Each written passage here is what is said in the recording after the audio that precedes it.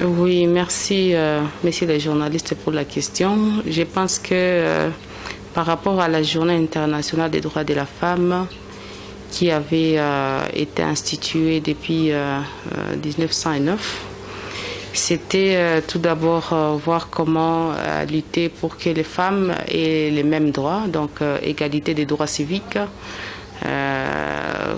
comme les hommes en étaient déjà bénéficiaires. Donc pour moi, le combat est toujours là pour dire que nous devons nous battre pour que nous soyons bénéficiaires des mêmes droits que l'homme. Et par rapport à cette année, j'ai vu le thème qui a été choisi, leadership féminin, pour un futur égalitaire dans les domaines de la COVID-19. C'est vraiment pour propulser la femme aussi, parce que être leader, c'est être quelqu'un qui montre la voie aux autres. Mais cette situation que nous traversons de COVID-19, qui a attaqué tout le monde entier, je pense que la femme doit aussi savoir continuer sa lutte, être leader, même dans cette situation de COVID-19. Dans le secteur de l'éducation, je pense que c'est notre combat au quotidien, parce que moi je ne considère pas seulement la date du 8 mars pour rappeler mes droits, mes obligations, mais c'est un combat de chaque jour. Et je crois que je sensibilise surtout les jeunes filles, les jeunes femmes, de continuer de poursuivre les études, parce que si on veut avoir quelque chose, il faut se battre pour ça, et puis il faut être capable. Donc pour moi, pour avoir les mêmes droits, je dirais par exemple le droit de postuler à un poste qui demande à ce qu'on ait une licence, il faut que la femme aussi ait cette licence pour compétir à ces postes.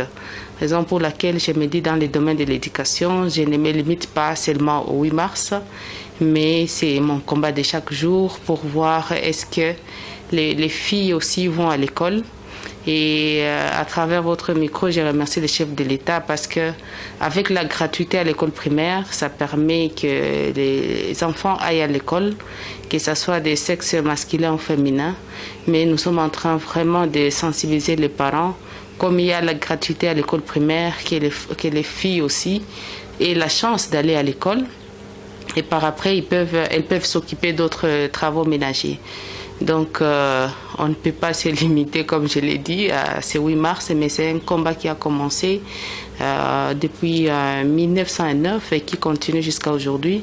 Et je pense que même moi, en étant là, c'est parce qu'il y a eu ces combats. Sinon, quand je regarde ceux qui ont vécu 100 ans avant moi, c'était vraiment très compliqué et c'était difficile pour une femme d'occuper des postes de responsabilité.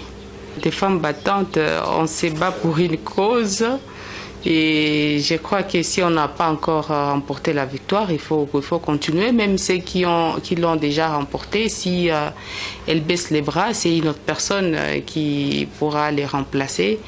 Donc c'est un combat que nous vivons chaque jour. Et comme j'ai l'habitude de le dire, la vie c'est un combat. On ne se repose que quand on meurt. Donc on doit continuer de se battre chaque jour pour arriver à un objectif fixé.